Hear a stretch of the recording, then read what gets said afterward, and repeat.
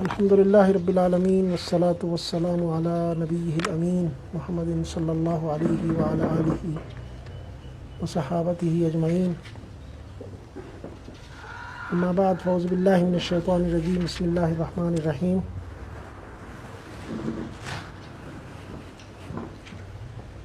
سورہ نمل ہم نے کل شروع کی تھی اور اس میں حضرت سلیمان علیہ السلام کے لشکروں کا تذکرہ جاری تھا کہ جن کا پورا حساب رکھا جاتا تھا، ان کی تعداد گنی جاتی تھی اور کہیں ظاہر ہے کہ درج بھی کی جاتی ہوگی، اور اس کے مطابق پھر حضرت سلیمان علیہ السلام جو ہے وہ ہر مہم کے اختتام پہ اپنے ان لشکروں کی خبر گیری بھی کرتے تھے اور ان کی تعداد اور ان کا شمار وہ بھی دیکھا کرتے تھے۔ تو انہوں نے ایک مہم کے اختتام پہ اسی طرح سے دیکھا تو انہیں اندازہ ہوا کہ ایک ہدہد جو ہے وہ ان کے لشکر سے غائب ہو گیا ہے، وہ موجود نہیں ہے۔ تو انہیں اس بے قاعدگی کے اوپر ظاہر ہے کہ غصہ آیا اور انہوں نے غصے میں یہ کہا کہ میں اسے یا تو ذبح کر دوں گا یا اسے شدید سزا دوں گا، یا کم از کم وہ پھر میرے پاس کوئی ایسا عذر لے کے آئے کہ جس میں اس بات کی توجیہ ہو یا اس بات کی کوئی وجہ بیان کی گئی ہو کہ وہ کس وجہ سے غائب ہوا ہے، اس کی ڈسپلن کی خلاف ورزی اس نے کیوں کی ہے۔ تو تھوڑی دیر گزری تھی کہ وہ ہدہد جو ہے وہ واپس آ گیا، اور اس نے آتے ہی حضرت سلیمان علیہ السلام کو یہ کہا کہ بھئی دیکھو، آپ تو غصے ہو رہے ہیں، ناراض ہو رہے ہیں، لیکن میں ایک ایسا علم لے کے آیا ہوں اور ایسی خبریں لے کے آیا ہوں کہ جس کے بارے میں آپ بھی نہیں جانتے۔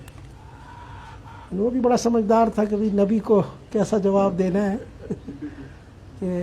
ظاہر ہے کہ انبیاء جو ہیں ان کو علم کا شوق موجود ہوتا ہے ان کے اندر، اور یہ ایسا شوق ہے کہ اس پہ یعنی ہر چیز قربان کی جا سکتی ہے۔ اہل علم کے نزدیک جو لوگ علم کے شائق ہوتے ہیں تو ان کو اگر علمی کوئی نقطہ مل جائے تو اس کے اوپر وہ ساری چیزیں قربان کر سکتے ہیں۔ علم دوست حضرات جو ہیں ان کا شیوہ یہی ہوتا ہے۔ تو انبیاء ظاہر ہے کہ سب سے زیادہ علم دوست ہوتے ہیں اور علم کی قدر کرنے والے ہوتے ہیں، تو وہ اس نفسیات کو بھی جانتا تھا۔ بڑا عالم و فاضل ہدہد تھا، تو صرف پرندہ نہیں تھا۔ تو اس نے کہا جی کہ میں ایسا علم لے کے آیا ہوں، ایسی خبریں لایا ہوں کہ جس کا آپ کو بھی پتہ نہیں ہے۔ تو پھر اس نے یہ کہا کہ میں ایک ایسی جگہ پہ گیا تھا کہ جہاں میں نے دیکھا کہ ایک ملکہ ہے، ایک خاتون ہے کہ جو حکمران ہے، اور وہ ملکہ بھی اور اس کے مصاحبین بھی اور اس کی ساری قوم بھی جو ہے وہ سورج کو سجدہ کرتی ہے، اور میں نے یہ بھی دیکھا کہ اس ملکہ کا ایک بہت بڑا عرش ہے، ایک تخت ہے اس کا بہت عالی شان، جس کے اوپر وہ بیٹھ کے حکومت کرتی ہے۔ تو حضرت سلیمان علیہ السلام نے یہ بات سنی تو کہا کہ اچھا ٹھیک ہے، اب میں بھی تمہارا امتحان لیتا ہوں کہ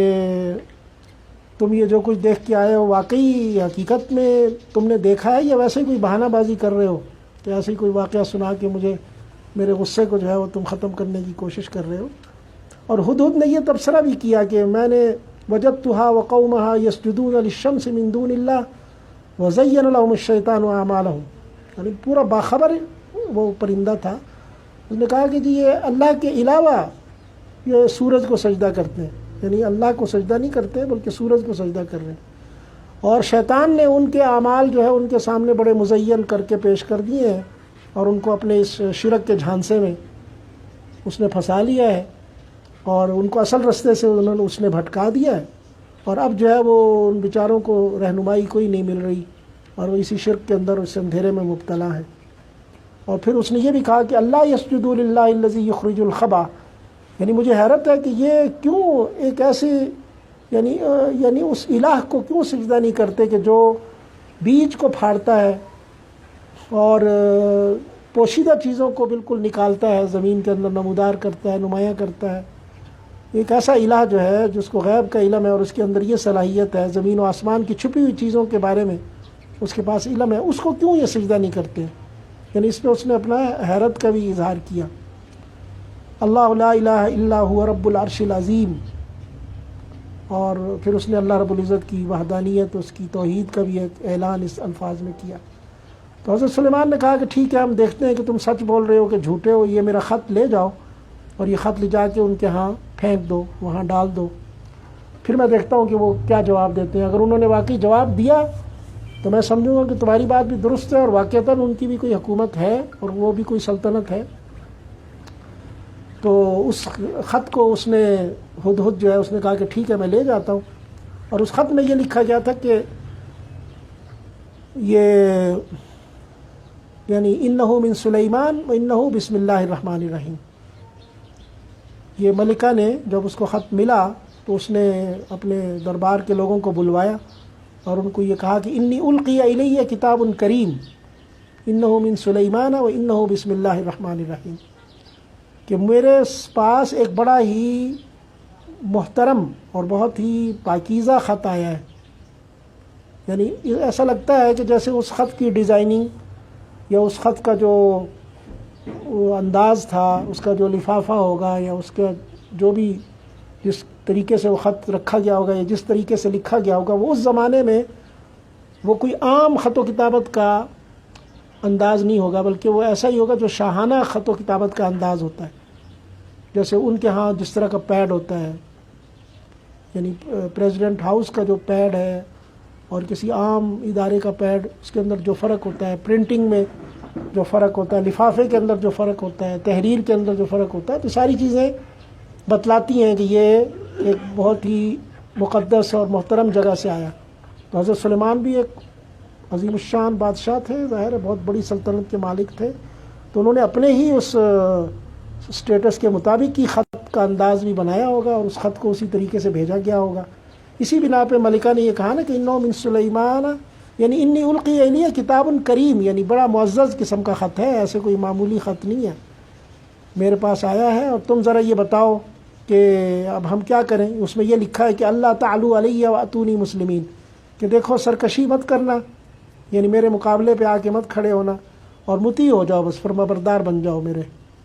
تو یہ تو ایک لحاظ سے پوری صاف صاف دھمکی ہے، بڑے یعنی خوبصورت یا مہذب اسلوب کے اندر۔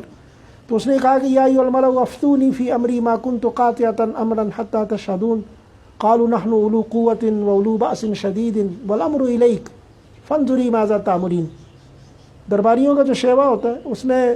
ملکہ نے یہ کہا کہ بھئی اس میں تو یہ بات لکھی گئی ہے، اب ذرا مجھے بتا دو، اس لیے کہ میں اکیلی تو کوئی فیصلہ نہیں کر سکتی، تم لوگ کوئی رائے دے دو۔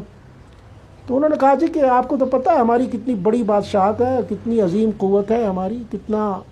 زبردست ہمارا ملک ہے اور کیسی اعلیٰ قسم کی ہماری فوج ہے، اتنی ٹیکنالوجی ہمارے پاس ہے، اس وجہ سے گھبرانے کی ضرورت نہیں، بس آپ خود جو فیصلہ کرنا چاہیں کریں۔ تو یہ جو چاپلوس درباری ہوتے ہیں نا، وہ ہر زمانے میں ایک جیسے ہی ہوتے ہیں، یعنی بجائے اس کے کہ کوئی سوچ و سمجھ کی طرف راغب کرتے کہ بھئی اچھا ٹھیک ہے اس پہ ذرا غور کرتے ہیں، کہاں سے آیا ہے، کس نے بھیجا ہے، وہ اس کی کیا نوعیت ہے، کیا حیثیت ہے، جنگ ہوگی تو کیسے ہوگی، نہیں کریں گے جنگ تو کیا ہونا، مطلب اس کا نتیجہ کیا نکل سکتا ہے، کوئی انہوں نے اس طرف اشارہ نہیں دیا، بلکہ انہوں نے وہ پھونک بھری اور مزید اس کو ہوا دی کہ بھئی آپ تو ماشاءاللہ اتنی عظیم الشان سلطنت کی مالک ہیں، آپ کو پریشان ہونے کی کیا ضرورت ہے، بس آپ حکم دیں، اس حکم کے اوپر جو ہے وہ عمل کرنے والے لوگ موجود ہوں گے۔ تو اس نے یہ کہا کہ ان الملوک اذا دخلوا قریۃ افسدوها وجعلوا عزت اہلها اذلہ وکذلک یفعلون۔ وہ بڑی دانا تھی، سمجھدار تھی، درباریوں سے زیادہ اس کے اندر ہوش مندی تھی۔ تو اس نے کہا کہ دیکھو تمہاری بات تو جیسی کیسی بھی ہے وہ ٹھیک ہے، لیکن حقیقت یہ ہے کہ جب بادشاہ حملہ آور ہوتے ہیں کسی بھی جگہ تو پھر وہ کچھ نہیں دیکھتے، اور وہ وہاں پہ جو ذلیل لوگ ہیں ان کو اٹھا کے باعزت بنا دیتے ہیں اور باعزت لوگوں کو ذلیل کر دیتے ہیں، اور پھر پورے وطن کے اندر جو ہے وہ فساد بھی پھیلاتے ہیں۔ ظاہر ہے یہ الغار ہوتی ہے، قتل و غارت ہوتی ہے، کھیتیاں تباہ ہوتی ہیں، باغات کٹتے ہیں۔ تو یہ سارا فساد جو ہے وہ ہمیشہ بادشاہوں کی یلغاروں میں اور ان کے حملہ آور ہونے میں یہ سب چیزیں ہوتی ہیں۔ تو مجھے تو یہ خدشہ نظر آ رہا ہے، اور تم جو ہو مجھے کچھ اور مشورہ دے رہے ہو، اور میں اس طرح ہے کہ میں انی مرسلۃ الیہم بہدیۃ فناظرۃ بما یرجع المرسلون، کہ میں کچھ تحفے تحائف جو ہیں وہ بھیجتی ہوں ان کی خدمت میں، تو پھر جواب آئے گا تو پتہ لگ جائے گا کہ ان کا کیا ارادہ ہے۔ اگر تو وہ ہمارے تحفے انہوں نے قبول کر لیے تو اس کا مطلب ہے کہ بس پھر ہماری اور ان کی صلح ہے، اور اگر انہوں نے قبول نہ کیا تو پھر اس پہ دوبارہ جو ہے مشورہ کریں گے. یہ بڑی یعنی وہ تھی ایک اسٹریٹجک بات تھی اس کی، بہت ہی ڈپلومیٹک. اس سے اس کی سمجھ بوجھ اور اس کی عقل جو ہے نا وہ نظر آتی ہے کہ ملکہ سبا جو ہے وہ کتنی سمجھدار خاتون تھی، اور اس کے اندر سوچ و بچار اور چیزوں کو بالکل گہرائی تک دیکھنے کی صلاحیت تھی، اور اس نے اس پہ عمل کیا. لیکن کہتے ہیں کہ حضرت سلیمان کے پاس جب یہ مال لے کے آئے ایک وفد، تو انہوں نے یہ ناراضگی کا اظہار کیا، اور انہوں نے کہا کہ میں نے تو تمہیں اطاعت اور فرمانبرداری کا حکم دیا تھا، اور تم لوگ جو ہے الٹا مجھے مال و دولت کے لالچ میں مبتلا کرنے کی کوشش کرنے لگے ہو، یا تم یہ سمجھتے ہو کہ جیسے مجھے ان چیزوں کی ضرورت ہے. جو اللہ نے مجھے دیا وہ اس سے بہت زیادہ ہے، لہٰذا یہ اپنا مال شال سارا اٹھاؤ اور واپس جاؤ، اور پھر ہم جو ہے وہ آئیں گے، ایک ایسا بڑا لشکر لے کے آئیں گے کہ جس کا اگلا حصہ جو ہے اس کو پچھلے حصے کا علم نہیں ہوگا، اور پچھلے حصے کو اپنے اس لشکر کے اگلے حصے کا علم نہیں ہوگا کہ وہ کتنا طویل اور بڑا لشکر ہوگا. اور پھر ہم تمہیں وہاں سے ذلیل کر کے نکالیں گے، اور تم جو ہو مطیع، اور زبردستی پھر جو ہے وہ تم اپنی گردنیں جھکائے اطاعت کو قبول کرو گے. تو اس لیے یہ طریقہ نہیں ہے جو طریقہ تم نے اختیار کیا ہے، اور ہمیں مال و دولت کے لالچ سے جو ہے وہ تم رجھانے کی کوشش کرتے ہو، اس میں ہم اس دام کے اندر ہم نہیں آ سکتے. اب یہ سوال ایک آتا ہے نا ذہن کے اندر کہ بھی حضرت سلیمان نے اتنی سختی کیوں کی، چھوٹتے ہی بغیر کسی تعارف، بغیر کسی ملاقات کے، کسی اور گستاخی کے بغیر کیوں اتنا سخت موقف انہوں نے اپنایا کہ ان کے تحفے بھی واپس کر دیے، اور ان کو بھی حکم دیا کہ بھئی تم لوگ اطاعت فوراً ہماری قبول کر لو، اور اگر اطاعت قبول نہیں کرو گے تو پھر ذلیل کیے جاؤ گے، رسوا کیے جاؤ گے. اس کا جواب اصل میں انہی آیات کے اندر موجود ہے، اور وہ ہدہد کی بات میں بھی موجود ہے کہ وہ واضح طور پہ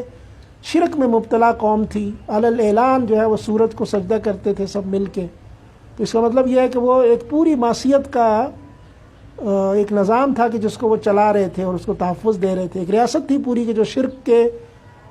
مراکز بھی اس کے ہاں موجود تھے، اور مشرکین کی ساری رسومات کی پشت پہ ایک قوت تھی کہ جو ان کو تحفظ فراہم کرنے والی تھی. اور یہ چیز ظاہر کسی بھی نبی کے مشن کے بالکل برخلاف بات ہے. اور یہ جو بھی ایسی پرسطوت ریاست ہو کہ جس کے پاس اپنی ایک موجود قوت جو ہے وہ اس کو دستیاب ہو، اس کو فراہم ہو، اور اس کی آنکھوں کے سامنے بالکل ایک لحاظ سے شرک کے بتکدے کھلے میں ہوں، اور لوگ جو ہیں وہ شرک کا ڈھنڈورا پیٹ رہے ہوں، اور وہاں شرک کی تعلیم دی جا رہی ہو، تو کیسے ایک نبی کے لیے یہ ممکن ہے کہ وہ وہاں پہ نرم موقف اختیار کرے اور ان کے تحائف بھی قبول کر لے ایک لحاظ سے، اور ان سے درگزر بھی کر لے. تو حضرت سلیمان کی جو گفتگو کا لب و لہجہ سخت تھا، اس کی وجہ یہی تھی کہ یہ لوگ واضح طور پہ ایک معصیت کا ارتکاب کر رہے تھے. یہ لوگ معصوم لوگ نہیں تھے، اور ان کو یہ لائق نہیں تھا. اور حضرت سلیمان کے بھی منشا اور ان کے بھی اسٹیٹس کے یہ برخلاف چیز تھی کہ وہ توحید کی سلطنت کے حاکم ہوں، اور انہی کی سلطنت کی موجودگی کے اندر ایک دوسری سلطنت جو ہے وہ شرک کو پورا تحفظ دیے ہوئے ہو، اور شرک کا پورا نظام جو ہے وہ چل رہا ہو وہاں پہ. تو یہ بعض لوگ اس کو غلط معنی دینے کی کوشش کرتے ہیں نا، کہ جیسے یہ کہتے ہیں کہ جناب حضرت سلیمان جو ہے وہ گویا کہ قبضہ گیری اور سلطنت گیری کے شوق میں مبتلا تھے، اور ان کو اس بات کا شوق تھا کہ اپنی سلطنت کو مزید بڑھائیں، اور وہ یعنی معصوم اقوام کے اوپر چڑھ دوڑیں اور اپنی قوت کے بل بوتے پہ ان کو تحقیق کریں. تو یہ اس طرح کی باتیں جو ہے وہ ناسمجھی میں لوگ کرتے ہیں، جن کے سامنے یہ قرآنی مفاہیم موجود نہیں ہیں، تو واضح چیزیں موجود ہیں، ان کا انکار کر کے بہرحال وہ کوشش کرتے ہیں کہ حقائق کو توڑ مڈوڑ کے پیش کریں. پھر حضرت سلیمان علیہ السلام نے یہ کہا کہ یا ایھا الملأ ایکم یاتینی بعرشھا قبل ان یاتونی مسلمین. اپنے دربار میں حضرت سلیمان نے بات کی اور کہا کہ بھئی درباریوں، تم ذرا مجھے یہ بتاؤ کہ تم میں سے کون ہے کہ جو اس کے تخت کو ان کے آنے سے پہلے یہاں پہ لے آئے. یعنی انہوں نے تو اب آنا ہی آنا ہے نا. بات یہ تھی کہ انہوں نے تو اب آنا ہی ہے، مطیع اطاعت تو انہوں نے قبول کرنی ہی ہے، اور وہ کبھی بھی اللہ کے مجاہدین کی اور اللہ کے اوپر ایمان رکھنے والے توحید پرستوں کا وہ مقابلہ تو نہیں کر سکتے. لازماً انہوں نے ذلیل ہو کے یہاں پہنچنا ہے، تو کیوں نہ ان کے اوپر ایک ایسی دھات جو ہے علم و فضل کے لحاظ سے، ٹیکنالوجی کے لحاظ سے اور اپنی ریاست کی قوت کے لحاظ سے ان کے دلوں پہ بٹھا دی جائے اور ان کو ایک حیرت میں اور استعجاب کے اندر ان کو ڈال دیا جائے کہ ان کا عرش، اس کا جو عرش ہے، یہ تخت ہے، وہ پہلے لے آیا جائے یہاں پہ۔ تو حضرت سلیمان علیہ السلام نے اسی بنیاد پہ یہ کہا، تو قال عفریت من الجن انا آتیک بہ قبل ان تقوم من مقامک۔ ایک جن کھڑا ہوا، بڑا تندومند اور بڑا زوراور جن تھا، عفریت۔ عفریت جو ہے وہ جنوں میں جو بڑا طاقتور جن ہوتا ہے اس کو کہتے ہیں۔ اس نے کہا جی میں آپ کے اس مجلس کے برخاست کرنے سے پہلے لے آؤں گا۔ اور یہ مفہوم بھی ہو سکتا ہے کہ قبل ان تقوم من مقامک، کہ آپ جس جگہ بیٹھے ہوئے ہیں یہاں سے اٹھنے میں آپ کے جتنی دیر لگتی ہے نا، اتنی دیر میں لے آؤں گا۔ تو وَإِنِّي عَلَيْهِ لَقَوِيٌّ امین، اور اس نے یہ بھی کہا کہ میں یہ اس کام میں بڑی میرے پاس طاقت ہے اور میں امانت دار بھی ہوں، کوئی چیز اس میں سے کمی بیشی بھی نہیں ہوگی، صحیح سالم آ جائے گا یہاں پہ، آپ بے فکر ہو جائیں۔ تو اس کی بات سن کے ایک اور شخص جو ہے وہیں بیٹھا ہوا تھا، اس نے کہا قال الذی عندہ علم من الکتاب، کہ اس کے پاس کتاب کا علم تھا، کہ انا آتیک بہ قبل ان یرتد الیک طرفک، کہ میں اس کو لے آؤں گا آپ کی پلک جھپکنے سے پہلے۔ یعنی آپ کی پلک جھپکنے میں کتنا ٹائم لگتا ہے؟ سیکنڈوں کا بھی کچھ حصہ اس میں لگتا ہے۔ تو اس نے کہا میں لے آؤں گا۔ اور پھر حضرت سلیمان علیہ السلام نے کہا کہ ٹھیک ہے، تم اتنی جلدی لاؤ گے تو پھر تم ہی لاؤ، پھر یہ اس کو جن کی خدمات لینے کی کیا ضرورت ہے۔ تو وہ فوراً لے آیا، اور حضرت سلیمان نے دیکھا کہ اس کا ملکہ سبا کا تخت جو ہے وہ وہاں پہ پڑا ہوا ہے۔ تو انہوں نے کہا کہ یہ اللہ رب العزت کا یہ میرے اوپر فضل ہے کہ تاکہ وہ مجھے آزمائے کہ میں اللہ رب العزت کا شکر ادا کرنے والا بندہ ہوں یا میں ناشکرہ ہوں۔ یعنی کوئی انہوں نے فخر و غرور کا اور اپنی ٹیکنالوجی اور اپنی قوت کا اور اپنی مہارت کا تذکرہ نہیں کیا، کوئی مدح، ستائش، کوئی تعریف، کوئی ثنا، اس کی خواہش انہوں نے ظاہر نہیں کی، بلکہ انہوں نے اس چیز کو دیکھتے ہی اللہ کی طرف رجوع کیا اور اللہ کا شکر ادا کیا، اور یہ بھی کہا کہ بھئی یہ جو کچھ بھی ہوا ہے، یہ واقعہ اتنا حیرت انگیز، یہ میری آزمائش ہے کہ اللہ تعالیٰ مجھے اس کے ذریعے سے جو ہے وہ آزمانا چاہتا ہے، اور جو شکر کرے گا وہ اس کے اپنے فائدے کے لیے ہوگا، اور اگر وہ کفر کرتا ہے تو اللہ رب العزت کو تو میرے کفر کا کوئی نقصان نہیں ہوگا، وہ تو اس سے بے نیاز ہے، غنی ہے۔ تو یہ جو ملکہ سبا تھی نا جی، اس کی جو سلطنت ہے وہ یمن کے اندر تھی، جو اس وقت کا یمن ہے نا، یہ جزیرۃ العرب کا بالکل آخری کنارہ ہے، اور یہ عربوں کا بنیادی مستقر ہے یہ، یعنی عرب جو ہے وہ یہاں سے ہی نمودار ہوئے ہیں ہمیشہ۔ تو حضرت اسماعیل علیہ السلام جب چھوٹے تھے اور وہ مکہ میں تنہا تھے، اکیلے تھے، تو بنو جرہم جو ہے اس قبیلے کا ایک قافلہ وہاں سے گزرا تھا، اور انہوں نے وہاں پرندوں کو اڑتے ہوئے دیکھا، تو انہوں نے کہا کہ یہاں پانی ہوگا جو یہ پرندے آئے ہوئے ہیں، تو انہوں نے وہاں پڑاؤ ڈال لیا، اور پڑاؤ ڈالا تو معلومات کی تو واقعی وہاں پہ زمزم کا چشمہ جو ہے وہ ابلا ہوا تھا۔ تو انہوں نے آ کے پھر حضرت سارہ سے، حضرت ہاجرہ سے جو ہے وہ اپیل کی کہ اگر آپ ہمیں اجازت دے دیں تو ہم یہاں ٹھہر سکتے ہیں، ہم بھی یہاں کچھ دن اوقات کر لیں کہ یہاں پہ پانی وانی ہے۔ تو حضرت ہاجرہ تو پہلے ہی تنہا تھیں بیچاری، اور ایک بچہ تھا ان کا حضرت اسماعیل، تو انہوں نے کہا کہ ٹھیک ہے اگر آپ لوگ یہاں اپنے خیمے لگا لیں کوئی حرج نہیں ہے۔ تو یہ جو بنو جرہم کا قبیلہ وہاں ٹھہرا، تو ان کے بچے جو تھے ان کے ساتھ پھر حضرت اسماعیل علیہ السلام کی دوستی ہو گئی، اور وہ ان کے ساتھ کھیلتے کودتے تھے، اور اسی حال میں وہ بڑے ہوئے۔ تو یہاں سے انہوں نے عربی زبان جو ہے نا وہ سیکھی ہے، حضرت اسماعیل علیہ السلام نے عربی زبان یہاں سے سیکھی، ورنہ حضرت اسماعیل کی تو اپنی زبان عبرانی تھی نا۔ تو یہ جو عرب نسلیں جو چلی ہیں، جس نسل سے جا کے حضرت نبی پاک صلی اللہ علیہ وسلم کی پھر ولادت ہوئی، تو حضرت اسماعیل کی نسل تھی۔ اور یہ جو مسئلہ ہے نا، ویسے یہ قابل تحقیق بھی ہے اور دلچسپ بھی ہے۔ بعض علماء کا یہ خیال ہے کہ نبی پاک صلی اللہ علیہ وسلم بھی بنی اسرائیل ہی سے تھے، وہ بھی کوئی الگ کسی نسل سے نہیں تھے، بنی اسرائیل ہی سے تھے، اور یہ بات درست بھی ہے، یعنی یہ کوئی غلط جو ایک باپ کے 2 بیٹے جو ہیں، وہ ایک کو آپ کہیں کہ وہ بنی اسرائیل ہے اور دوسرے کو کہیں کہ جی نہیں وہ بنی اسرائیل نہیں ہے، یعنی یہ بات اس کو عقل تسلیم نہیں کرتی ہے. وہ بھی بنی اسرائیل ہی ہیں، لیکن صرف یہ کہ ان کو تعارف کے لیے ایک نام انہوں نے دے دیا کہ بھئی چونکہ انہوں نے عربی سیکھ لی اور عربی بولنے لگے اور جزیرۃ العرب میں ہی آ کے آباد ہو گئے، اور پھر آگے ان کے بچے جو ہوئے پھر وہ عربی زبان ہی بولتے رہے. دوسرے بھائی جو ہیں وہ ذرا اس خطے سے دور رہے، حضرت اسحاق علیہ السلام اور ان کی اولاد حضرت یعقوب، پھر اس کے بعد حضرت یوسف. تو یہ لوگ، ان کا خطہ بھی الگ تھا، ان کی زبان بھی مختلف تھی، تو وہ لوگ عربی زبان سے شناسا نہیں ہوئے. پھر ان کی نسل سے کچھ انبیاء آتے رہے یہاں تک کہ حضرت عیسیٰ علیہ السلام پہ جا کے ان کی اس شاخ کی نبوت جو ہے وہ ختم ہو گئی.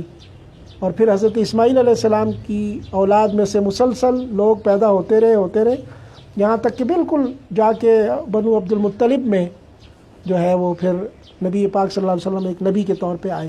تو بعض علماء اب بھی یہ کہتے ہیں، اور قرآن کی بات دلائل بھی اس کی تائید کرتی ہیں، کہ نبی پاک صلی اللہ علیہ وسلم بھی بنی اسرائیل ہی سے تھے،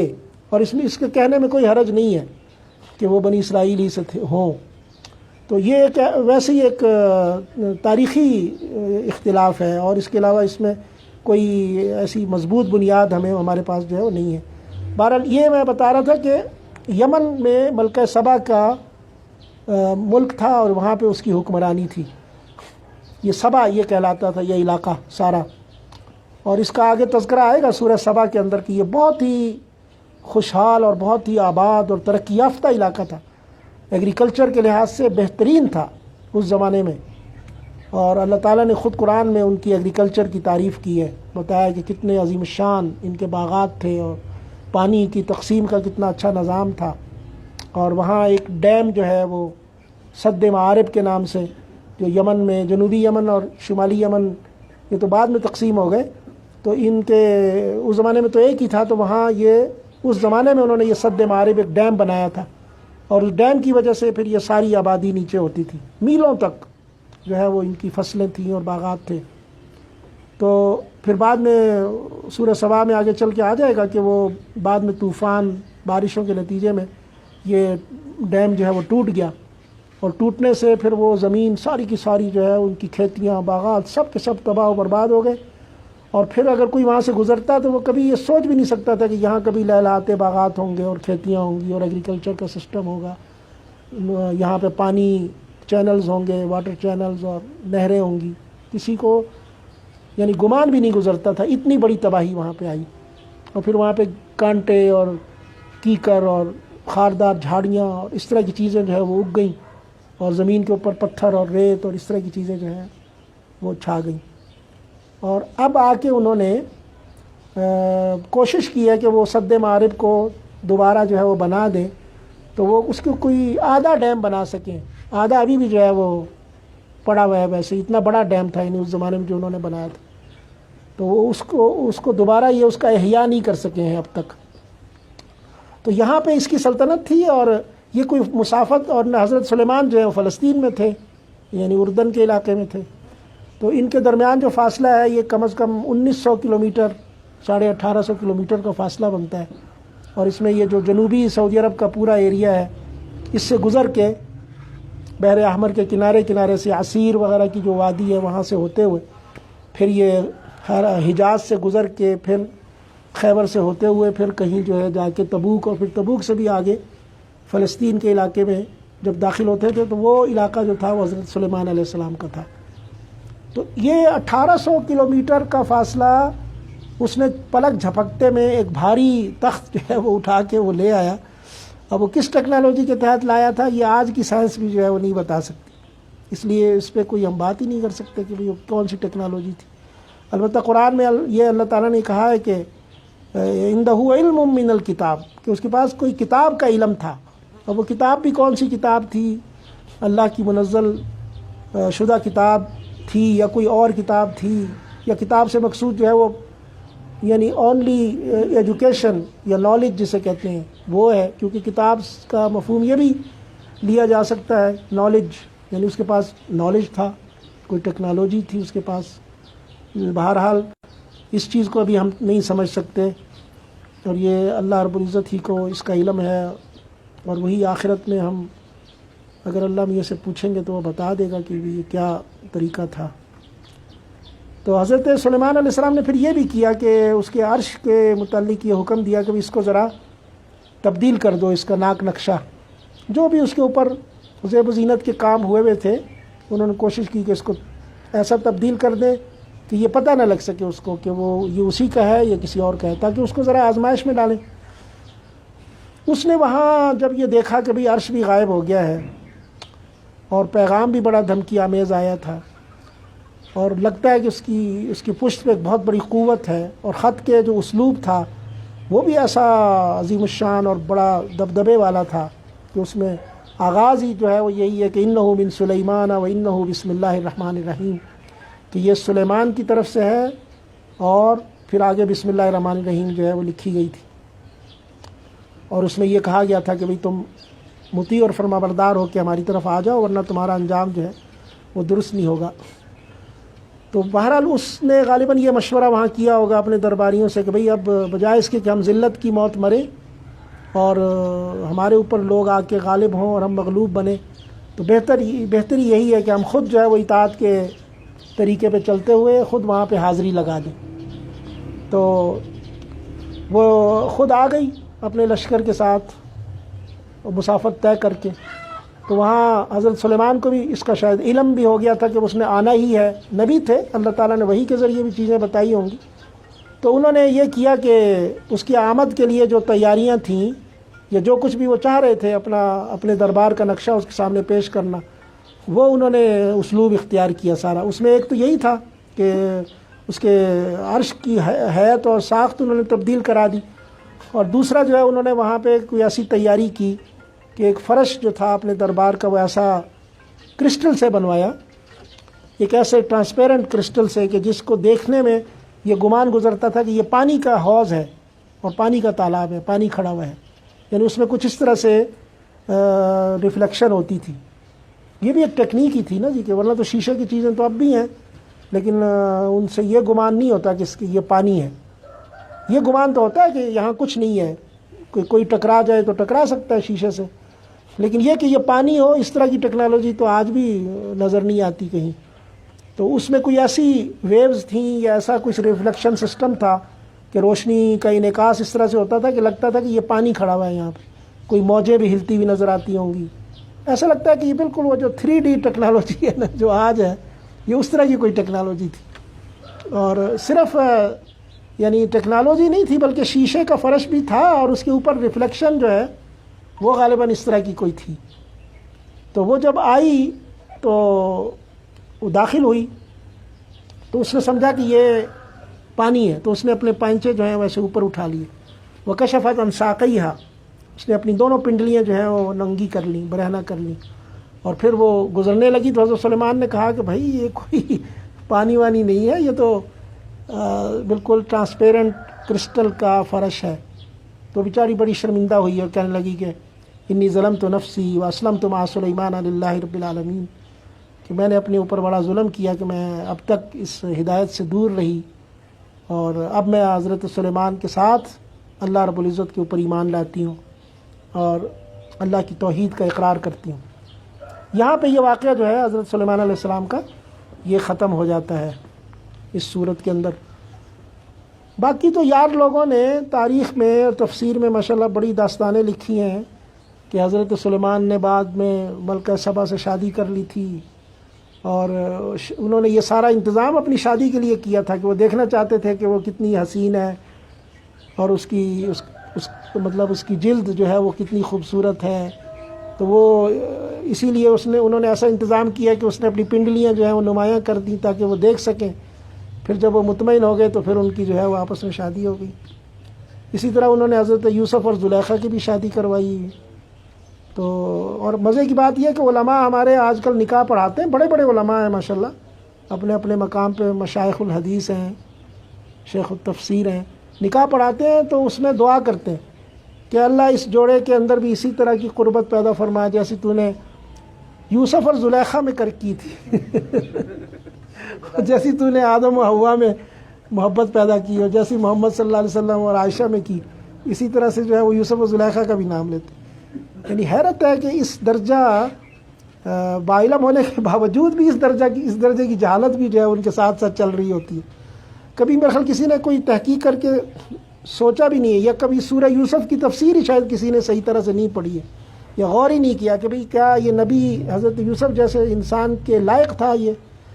کہ وہ جو ہے ایک اس طرح کی عورت سے شادی کرتے کہ جو بالکل واضح طور پہ ایک ایلیٹ کلاس کی ایسی عورت کہ جو بالکل حیا باختہ ہے اور وہ کھلے گناہ کی دعوت دے رہی ہے اور اپنی سہیلیوں کے ساتھ بیٹھ کے مشورے کر رہی ہے کسی کو پھانسنے کے لیے. تو اس طرح کی ایک عورت کے ساتھ ایک نبی جو کہ پاکیزہ ترین انسان ہے اور اس نے اپنے حیا کا وہاں زندہ ثبوت بھی دیا ہے،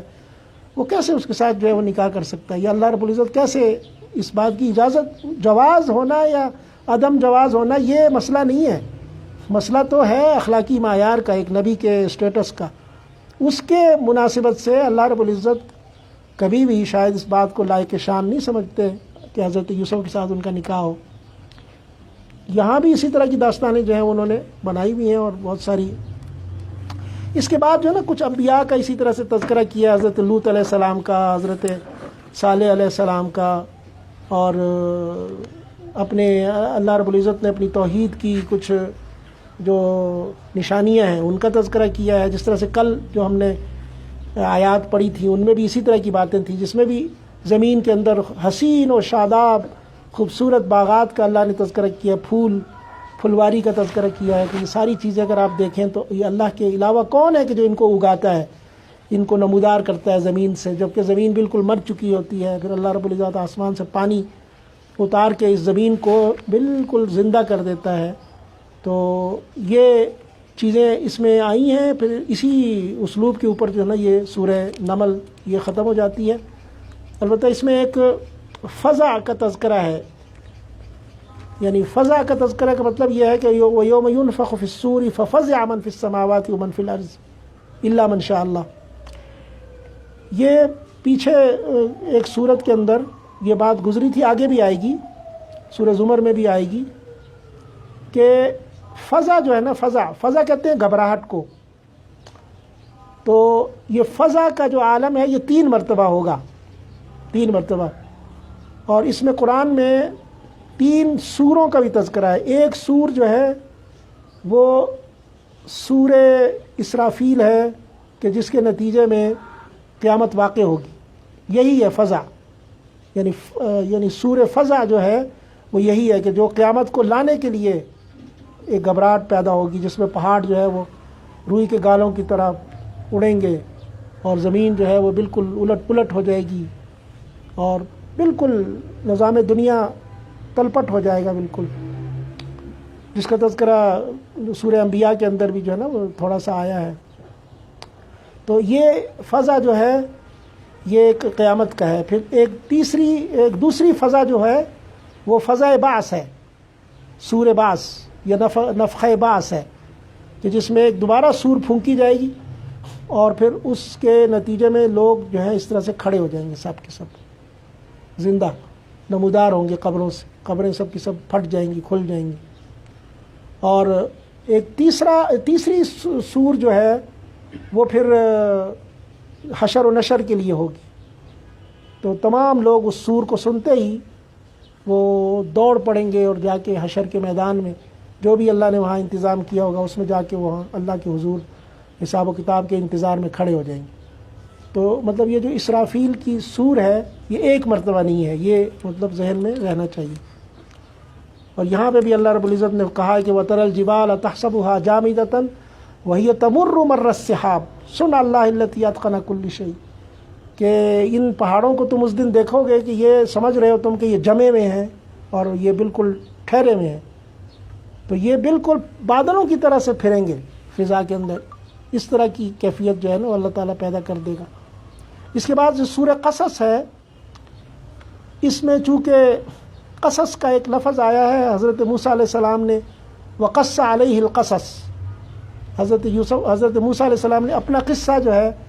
وہ حضرت شعیب کو سنایا. تو اس آیت کی بنیاد پہ اس سورت کا نام قصص رکھ دیا گیا ہے. یہ وہ سورت ہے کہ جس میں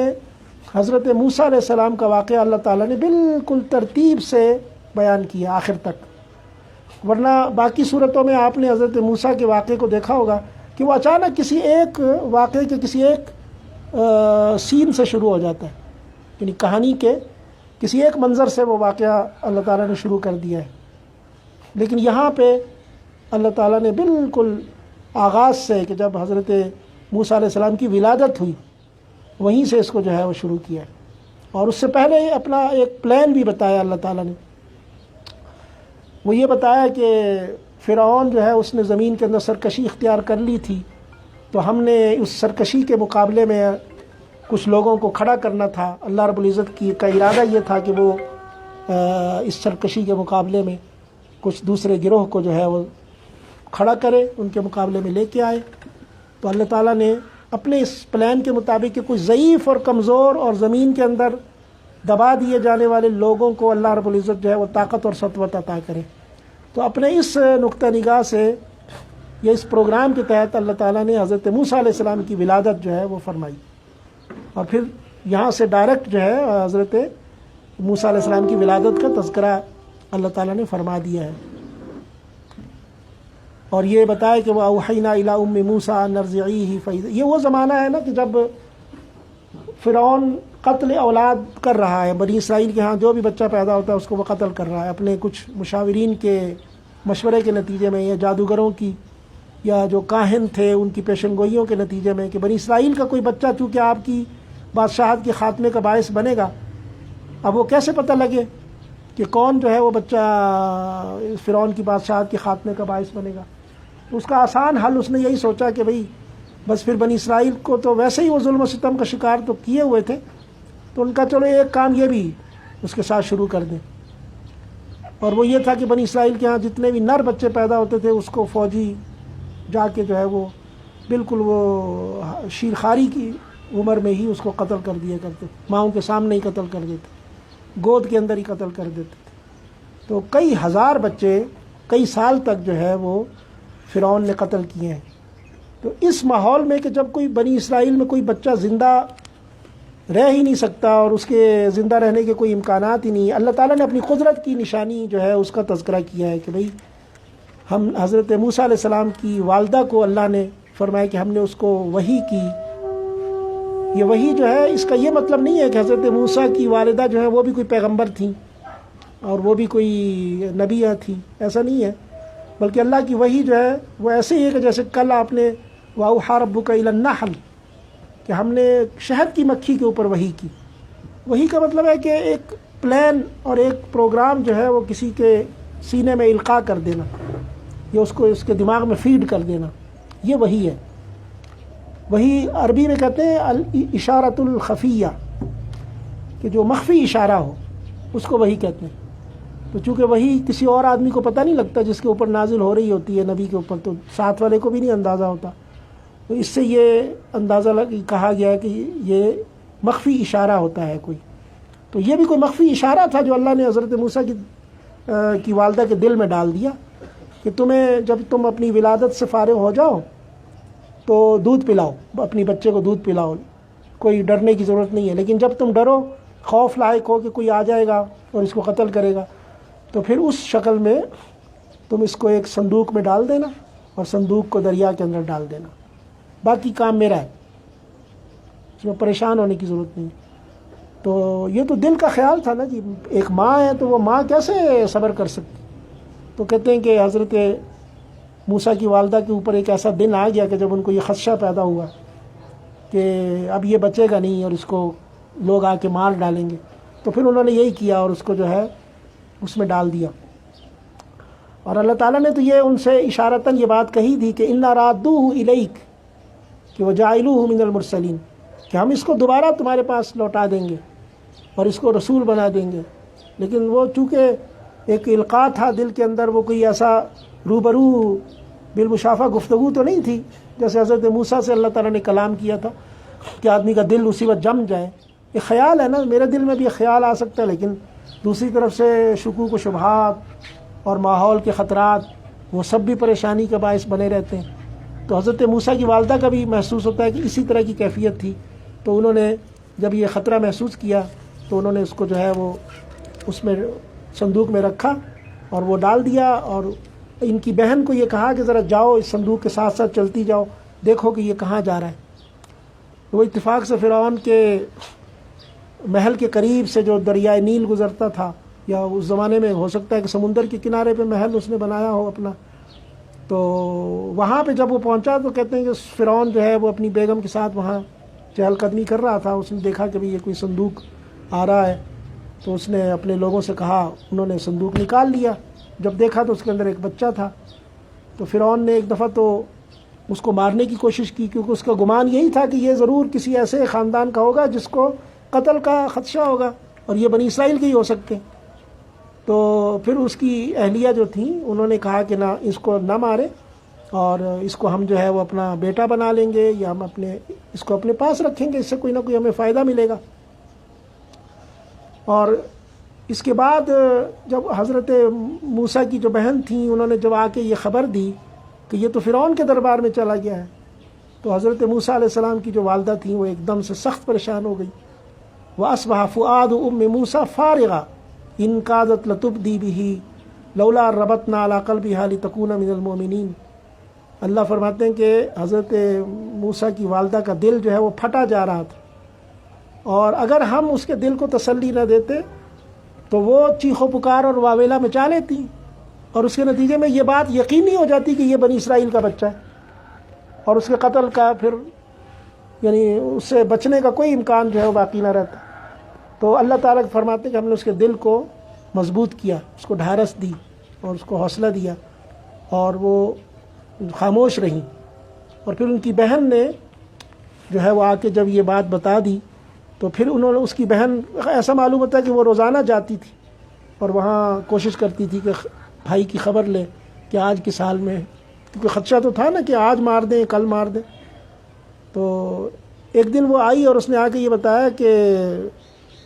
وہ دودھ پلانے کی کوشش کر رہے ہیں، ایک سے ایک دایا جو ہے اور ایک سے ایک صحت مند عورت انہوں نے بلوا رکھی ہے، لیکن وہ کسی کا دودھ ہی نہیں پی رہا، روئے چلا جا رہا ہے۔ تو پھر یہ منصوبہ بنا کہ حضرت موسیٰ کی بہن ان کو جا کے یہ کہیں کہ بھائی اتنی عورتوں کا تم نے تجربہ کیا ہے تو ذرا ایک میرا بھی مشورہ مان لو، ایک عورت میں بھی بتا دیتی ہوں، اور ضرور وہ اس کا دودھ یہ پی لے گا، اور وہ بڑے صاف ستھرے اور پاکیزہ خاندان کی عورت ہے اور وہ اس کا بڑا خیال رکھیں گے۔ تو وہ تو اپنی کوشش میں لگے ہوئے تھے، مایوس تھے۔ تو انہوں نے جا کے جب حضرت موسیٰ کی بہن نے کہا تو وہ فوری طور پہ راضی ہو گئے کہ بھی کہیں بچہ جو ہے وہ ہلکان ہی نہ ہو جائے۔ تو اللہ فرماتے ہیں کہ فَرَدَدْنَاهُ إِلَىٰ أُمِّهَا، کہ اس طرح ہم نے اس کو اس کی ماں کی طرف دوبارہ لوٹا دیا۔ یعنی اللہ تعالیٰ کا جو منصوبہ ہے نا، اس کو اگر آدمی دیکھے تو آدمی واقعی اس کی عقل دنگ رہ جاتی ہے کہ اگر خود انسان منصوبہ بنائے تو پتہ نہیں کتنی اس کی مختلف آپشنز رکھتا ہے، اور ایک کی ناکامی اور دوسرے کی کامیابی اور اس کی ناکامی کا خدشہ، اور پلان 1 اور پلان 2 اور پلان 3 اور پتہ نہیں کیا کچھ حفاظتی انتظامات، اور پھر بھی جو ہے وہ اس کی پیچیدگی بڑھ جاتی ہے لیکن وہ کامیاب نہیں ہوتا۔ لیکن جو اللہ کا منصوبہ ہے آپ وہ دیکھیں کہ کتنی سادگی کے ساتھ، بالکل کوئی اس میں پیچیدگی، کوئی گہرائی کچھ بھی نہیں، بس اللہ تعالیٰ نے جس طرح سے سادہ طریقے سے لکھا تھا، فرمایا کہ ہم نے اس کو اس کی ماں کی گود میں پہنچا دیا تاکہ وہ اس کا دل بھی مطمئن ہو جائے اور اس کی آنکھیں بھی ٹھنڈی ہوں۔ پھر حضرت موسیٰ علیہ السلام جوان ہو گئے اور وہیں محل میں پلے بڑے، جوان ہو گئے۔ ایک دن باہر نکلے بازار میں، لوگ ابھی بازار میں آئے نہیں تھے، تو دیکھا کہ 2 آدمی جو ہیں وہ لڑ رہے ہیں۔ ایک آدمی کا تعلق حضرت موسیٰ کی قوم سے تھا اور دوسرے کا تعلق جو ہے وہ فرعون کی قوم سے تھا۔ تو جو حضرت موسیٰ کی قوم سے تھا اس نے حضرت موسیٰ کو مدد کے لیے بلایا۔ اس سے یہ بھی اندازہ ہوتا ہے کہ یہ بالکل معروف تھی، پوری یعنی پورے بازار میں، پورے شہر میں یہ بات معروف تھی کہ حضرت موسیٰ علیہ السلام بنی اسرائیل کے نوجوان ہیں اور فرعون مصر کے دربار کے اندر یا اس کے محل کے اندر رہتے ہیں، وہاں پہ پلے بڑے ہیں۔ یہ بات یعنی چھپی ہوئی نہیں تھی، ساری ان کے حضرت موسیٰ کی قوم کے لوگ بھی یہ جانتے تھے کہ بھئی یہ بنی اسرائیل کا ہمارا ہی آدمی ہے۔ تو اس نے فوراً مدد کے لیے پکارا۔ تو حضرت موسیٰ علیہ السلام جو ہے وہاں پہ گئے اور انہیں جاتے ہی نا وہ دوسرے کو ایک گھونسا رسید کیا، وہ بیچارہ وہیں پہ ڈھیر ہو گیا. ایک ہی مکہ جو ہے اس کے لیے جان لیوا ثابت ہوا. تو اس میں حضرت موسیٰ علیہ السلام کی جو قوت ہے، ان کی جو جوانی تھی، اور ان کا ایک بالکل کامل ٹھیک یعنی ایک صحیح تند و مند انسان ہونا، وہ بھی اس میں جو ہے وہ ثابت ہوتا ہے. تو حضرت موسیٰ نے جب دیکھا کہ یہ تو مر گیا تو بڑے پریشان ہوئے. پھر اگلے دن نکلے بازار میں تو پھر اسی طرح وہی آدمی پھر لڑ رہا تھا، انہی کی قوم کا، حضرت موسیٰ کی قوم کا جو ہے وہ پھر لڑ رہا تھا. اور لڑتے لڑتے اس نے پھر دیکھا حضرت موسیٰ کو، کہا کہ یار میری مدد کرو. تو حضرت موسیٰ نے اس کو ڈانٹا، اس کو کہا کہ تمہیں شرم نہیں آتی، تم روزانہ لڑتے ہو، تمہارا کام یہی ہے معلوم ہوتا ہے، اور تم نے کل بھی جو ہے وہ اس طرح کی حرکت کی ہے، اب آج بھی تمہارا خیال ہے کہ میں ایک آدمی کو مار دوں. ایک تو کل مجھ سے مر گیا، اب دوسرے کو بھی کوئی تمانچہ ماروں گا تو وہ بھی کہاں زندہ بچے گا. تو اتنے میں یہ بات پھیل گئی کہ بھی حضرت موسیٰ نے ایک آدمی کو قتل کر دیا، اور لوگ ان کے پیچھے چل پڑے گرفتاری کے لیے. حضرت موسیٰ کو ابھی اطلاع نہیں تھی، اچانک ایک شخص کوئی آیا، کوئی حضرت موسیٰ کا دوست ہوگا، کوئی حامی ہوگا، اس نے آ کے کہا کہ بھئی دیکھو تمہارے خلاف گرفتاری کے آرڈر جاری ہو چکے ہیں اور دستے نکل پڑے ہیں تلاش کے لیے، اور یہ کوئی پل ہوگا کہ تم گرفتار ہو جاؤ گے، لہٰذا نکلو. میری نصیحت یہی ہے، میرا مشورہ یہی ہے کہ تم یہاں نہ رہو، اب نکل جاؤ یہاں سے. تو حضرت موسیٰ جو ہے وہاں سے فوری طور پہ جو ہے اس شہر کو چھوڑ کے نکل آئے. اور فخرج منہا خائفا یترقب، یعنی وہ مسلسل خوف کے عالم میں چلتے رہے کہ بھئی کہیں ایسا نہ ہو کہ پیچھے سے ابھی کوئی میرے اوپر حملہ کر دے یا مجھے پکڑ لے. اور یہ دعا بھی کرتے رہے کہ رب نجنی من القوم الظالمین، کہ اللہ مجھے اس ظالم قوم سے آپ نجات دے دیں. پھر چلتے چلتے جو ہے وہ مدین کا علاقہ ہے، جو یہ مصر سے کافی فاصلہ ہے، یہ سعودی عرب میں ہے مدین، اور یہ جہاں سے آئے تھے وہ ظاہر ہے کہ قاہرہ تھا، اور یہ کم از کم اندازہ یہ ہے کہ کوئی 900 کلومیٹر 1000 کلومیٹر کا فاصلہ تو ہوگا، کیونکہ حضرت موسیٰ مصر سے یہ جہاں سویز ہے، اس سویز والی جگہ سے یا تو آئے ہوں گے اس کو کراس کر کے، یا پھر ایلا والے علاقے سے جو ہے انہوں نے صحرا سینا کو عبور کیا ہوگا، اور پھر اس کے بعد عقبہ کے کنارے سے اردن میں داخل ہوئے ہوں گے، اردن سے پھر سعودی عرب کے اندر آئے ہوں گے، اور پھر وہاں پہ بھی تبوک سے کچھ قریب جو ہے وہ 200-250 کلومیٹر کے فاصلے پہ یہ حضرت شعیب کی بستی ہے وہاں پہ، اور جو مدین کہلاتی ہے نا یہ بستی وہاں ہے. تو وہاں پہ وہ حضرت موسیٰ پہنچے ہوں گے مدین کی بستی میں، تو کہیں طویل سفر کیا ہے گویا انہوں نے. اور پھر وہاں کہتے ہیں کہ ولما ورد ماء مدین وجد من دونہم امرأتین تذودان، کہ وہ مدین کے شہر کے قریب کوئی کنواں تھا جہاں سے لوگ شہر کے آگے پانی حاصل کیا کرتے تھے. وہاں جب پہنچے تو وہاں جا کے بیٹھ گئے ایک درخت کے نیچے سائے میں، اور دعا کرنے لگے کہ ربی انی لما انزلت الی من خیر فقیر، اے اللہ تو میرے لیے جو بھی بھلائی نازل کرے میں محتاج ہوں، فقیر ہوں. تو اللہ تعالیٰ نے ایسی ان کی دعا قبول کی کہ بس ان کی تو ظاہر ہے کہ زندگی بن گئی، اور اللہ رب العزت نے اس کے بعد پیغمبری بھی دے دی. تو انہوں نے دیکھا کہ لوگ پانی پلا رہے ہیں، اور 2 لڑکیاں ہیں کہ جن کو لوگ پیچھے ابھی تک انہوں نے رکھا ہوا ہے، اور خود آگے بڑھ بڑھ کے پانی پلا رہے ہیں، اور یہ اپنی بکریوں کو سنبھال رہی ہیں. بار بار بکریاں تو پیاسی ہیں، وہ تو پانی کی طرف دوڑتی ہیں، تو یہ ان کو پھر بھاگ کے سائڈ پہ کرتی ہیں کہ بھئی کہیں دوسرے لوگوں کے ساتھ مل نہ جائیں، کوئی جھگڑا نہ ہو. تو حضرت موسیٰ نے دیکھا کہ بھئی یہ بیچاری کمزور ہے اور عورت ذات ہے، اور ان کی بات کوئی نہیں سن رہا، ان کی طرف کوئی توجہ نہیں کر رہا. تو وہ اٹھے، اور اٹھتے ہی جا کے انہوں نے جناب لوگوں کو آگے پیچھے کیا، اور جلدی سے ڈول ڈالا اور کھینچ لیا. حالانکہ اس ڈول کو بھی کہتے ہیں کہ کئی لوگ مل کے کھینچا کرتے تھے، اتنا بڑا ڈول تھا کہ کئی 2-3 آدمی مل کے کھینچتے تھے. تو حضرت موسیٰ نے اکیلے نے کھینچا، ان کی بکریوں کو پانی پلایا، اور ان سے پوچھا کہ بھئی کیا مسئلہ ہے کہ تم اس طرح سے دبک کے الگ سے کھڑی ہوئی ہو. تو انہوں نے کہا کہ بھئی ہمارا کوئی بھائی نہیں ہے، ہمارا والد بوڑھا ہو گیا ہے، اور ہم 2 ہی ہیں کہ جو ان بکریوں کو پانی پلانے کے لیے آتی ہیں، تو ہم کیا کریں. جب یہ چلے جاتے ہیں سب لوگ اپنا کام کر کے، خالی ہو جاتا ہے کنواں، پھر جو ہے وہ ہم اپنی بکریوں کو پانی پلاتی ہیں مجبوراً، اور ہمارے پاس کوئی رستہ ہی نہیں ہے۔ تو حضرت موسیٰ نے ان کو وہ پانی پلایا اور خود جا کے درخت کے نیچے بیٹھ گئے اور یہ دعا کرنے لگ گئے۔ تو اتنے میں دیکھا کہ فجاءت احداہما تمشی علی استحیاء قالت ان ابی یدعوک لیجزیک اجر ما سقیت لنا فلما جاءه وقص علیہ القصص قال لا تخف نجوت من القوم الظالمین۔ تھوڑی دیر میں ایک لڑکی جو ہے وہ چلی آ رہی ہے